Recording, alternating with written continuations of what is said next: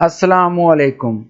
जी students, जैसा कि आपको मालूम है कि फाइनल टर्म एग्ज़ाम 28 अगस्त 2021 से स्टार्ट होने की डेट यूनिवर्सिटी ने अनाउंस की हुई है। आज हम आपको टॉप 10 टिप्स देंगे जिससे आप फाइनल टर्म एग्ज़ाम में आसानी के साथ बहुत अच्छे नंबर ले सकते हैं। जी, tip number 10, inverse sort. Inverse sort का मायने है कि जब आपके सामने पेपर ऑन होता है तो आपके सामने पहला क्वेश्चन होता है, आपने फौरन लास्ट क्वेश्चन पे चले जाना है और लास्ट क्वेश्चन जो कि आपका लॉन्ग क्वेश्चन होता है आपने उसको कॉपी कर लेना है एमएस वर्ड के अंदर। इसी तरह जो उससे पिछला क्वेश्चन होगा वो होगा 5 नंबर का या 3 नंबर का, आपने वो कॉपी कर लेना है एमएस वर्ड के अंदर। इवन कि आपके थ्योरेटिकल क्वेश्चन 3 नंबर का, 2 नंबर का और 1 नंबर का, आपने वो 1 नंबर वाले जो आपके थ्योरेटिकल क्वेश्चन है वो आपने कॉपी कर लेने हैं एमएस वर्ड में। उसका फायदा ये होता है कि जब आप एमसीक्यूज कर रहे होते हैं या देख रहे होते हैं तो आपको उन लॉन्ग क्वेश्चंस के बारे में मुतलका जो मवाद है या उससे मुतलका कोई टॉपिक है या उससे मुतलका कोई फार्मूला है तो वहां पर वो एमसीक्यूज में नजर आता है। आप वहां से वो चीज कॉपी करके उस एमएस वर्ड की क्वेश्चन के नीचे रख लें। उसका फायदा ये होता है कि जब आप अटेम्प्ट कर रहे होते हैं तो आपको कुछ गाइडलाइन मिल जाती है।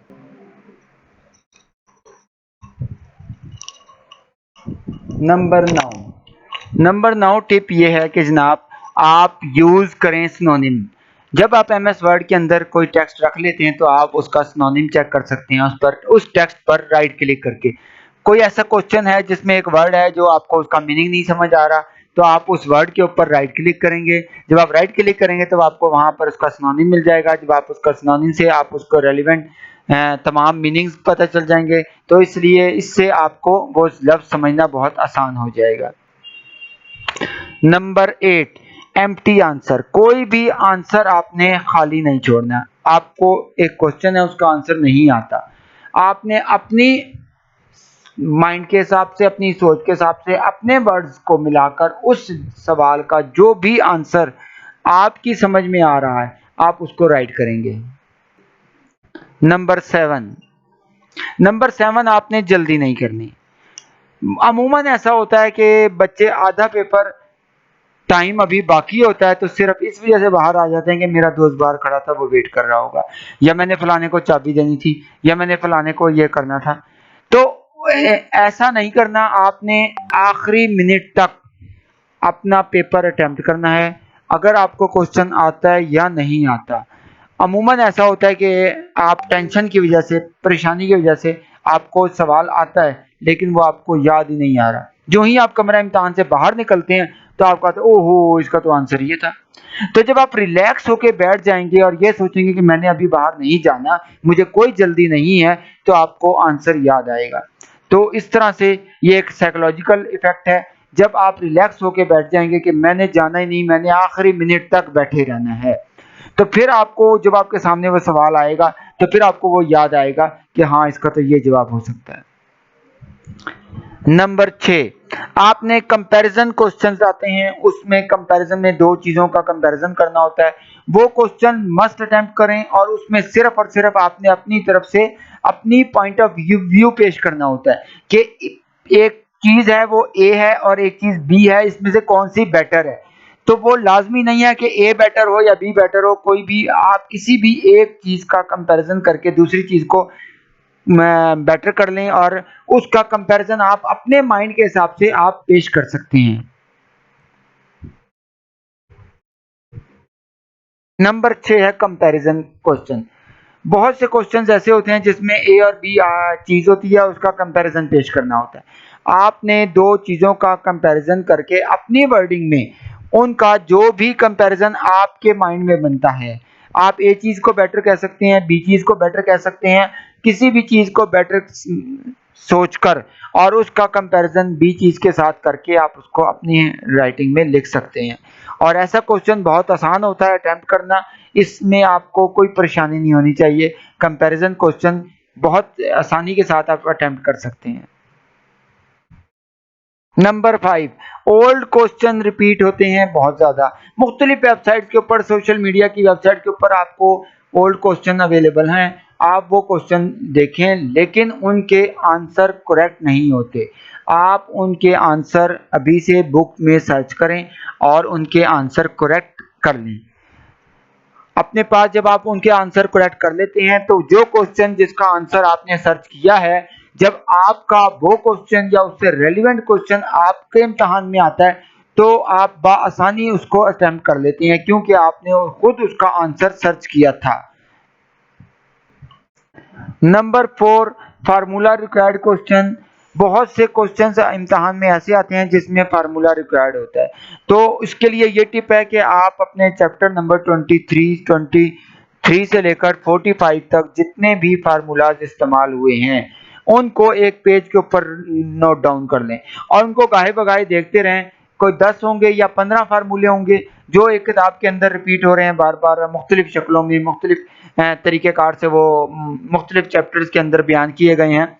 तो उन फार्मूलों को एक पेज पे राइट डाउन कर लें और उनको बार बार देखते रहें, ताकि जब उस फार्मूले से रेलिवेंट क्वेश्चन आए, अमूमन ऐसा होता है कि फार्मूले का कोई पार्ट वो हाइड कर लेते हैं, या ए पार्ट या बी पार्ट या उसका पूरा फार्मूला हाइड कर लेते हैं और वो कहते हैं कि ये फार्मूला कौन सा है, या फार्मूले में से कोई एक चीज हाइड कर लेते हैं कि ये चीज है तो ये फला।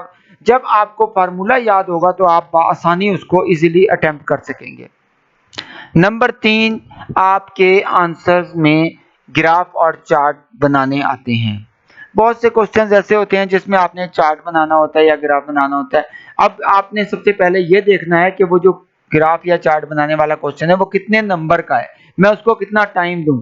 ऐसा नहीं है कि आप एक 2 नंबर का क्वेश्चन है जिसमें आपने ग्राफ बनाना था, एक स्लोप शो करानी थी कि फलां चीज है तो यह है, और फलां इकोनॉमिक्स के अंदर, डाटा स्ट्रक्चर के अंदर और बहुत से कई सब्जेक्ट्स ऐसे हैं जिसके अंदर ग्राफ और चार्ट आता है, एवीएल ट्री बनाना पड़ जाता है।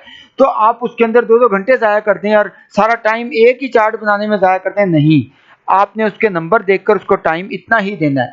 अब होता यह है कि जब आप एक एवीएल ट्री बना रहे हैं या एक डाटा फ्लो बना रहे हैं या कोई फिजिक्स की कोई डायग्राम बना रहे हैं तो आपको बनानी नहीं आती, एमएस वर्ड में कभी आपने ग्राफ में काम किया ही नहीं है, तो आप अगर तो आपका एमएस वर्ड में ग्रिप है और आप उसमें ग्राफ बना सकते हैं आसानी के साथ, इंसर्ट में जाकर और सिंबल्स में जाकर वहां से आप सिंबल्स उठा लें, लाइन उठा लें, एरोज उठा लें और सारे सिंबल्स वहां मौजूद हैं वो उठाकर चार्ट बना लें या ग्राफ बना लें या सिंबल्स बना लें। अगर तो आपकी एमएस वर्ड में ग्रिप है तो एमएस वर्ड में बनाएं, और अगर आपकी एमएस वर्ड में ग्रिप भी नहीं है तो आप सिंपल पेंट खोलें और वहां से एक पेंसिल पकड़ें और पेंसिल से ड्रा करते जाएं, जैसे कि आप पेपर के ऊपर ड्रा करती हैं एक ग्राफ। आपने पेंसिल से पेंट के ऊपर ड्रा कर लिया, आपने गुलदारा लगाना है, आपने कर्व लगानी है, आपको वो पेंसिल जहां जहां घुमाएंगे वो कर्व सी बनती जाएगी और इस तरह पे आपको वो ग्राफ बन जाएगा। फिर कीबोर्ड के ऊपर एक बटन होता है प्रिंट स्क्रीन, आप वो प्रिंट स्क्रीन का बटन दबाएं और फिर उस आंसर वाली जगह पर जाकर क्वेश्चन में आंसर वाली जगह पर जाकर जो आपका क्वेश्चन का पोर्टल है वहां पर जाके कंट्रोल वी दबाएंगे तो वो तस्वीर आपकी जो आपने ड्रा की थी वो वहां पर पेस्ट हो जाएगी। इस तरह से आपका वो आंसर वहां पेस्ट हो जाएगा और आप उसको आसानी से टैकल कर सकते हैं। इस तरह से आप वहां पेस्ट करके अपना क्वेश्चन आसानी से सेव कर सकते हैं। नंबर 2 टिप कि आपके असाइनमेंट बेस्ड क्वेश्चंस भी आते हैं जो आपने अब असाइनमेंट की या इससे पहले ओल्ड असाइनमेंट सोशल मीडिया पर अवेलेबल हैं, आप वो लाजमी देखें। 10 नंबर का क्वेश्चन अमूमन जो ओल्ड असाइनमेंट हैं वो रिपीट हो जाती हैं। जी, आज की सबसे टॉप की और आखिरी टिप वो ये है कि आपके करंट क्वेश्चन जो कि टुडे क्वेश्चन के नाम से सोशल मीडिया पर शेयर होते हैं वो आप लाजमी तैयार करें, और आप भी जब आपका पेपर हो जाए तो जब आप फौरन बाहर आएं तो आपका जो 10 नंबर का क्वेश्चन है वो आपके जहन में रह जाता है। तो आप फौरन वो किसी भी सोशल मीडिया पर शेयर करें और अपने दोस्तों के साथ शेयर करें। उसका फ़ायदा ये होता है कि जब जो बच्चे अपने लॉन्ग क्वेश्चन शेयर करते हैं तो जब आपका पेपर होता है तो वही क्वेश्चन रिपीट हो जाते हैं। तो आप ख़ास तौर पे जो currently shared question social media पर आते हैं जो बच्चे शेयर करते हैं वो लाजमी तैयार करें, और वो मोस्टली अमूमन ऐसा होता है कि वो क्वेश्चन रिपीट हो जाते हैं। तो आप अमूमन इस चीज़ को मद्देनज़र रखते हुए जब आप अपनी ये इस तरह से 10 टिप्स को देखते हुए अपनी तैयारी करेंगे, तो मैं उम्मीद करता हूँ कि आसानी के साथ अपना फाइनल टर्म इम्तिहान कवर अप कर सकते हैं और बहुत अच्छे ग्रेड हासिल कर सकते हैं।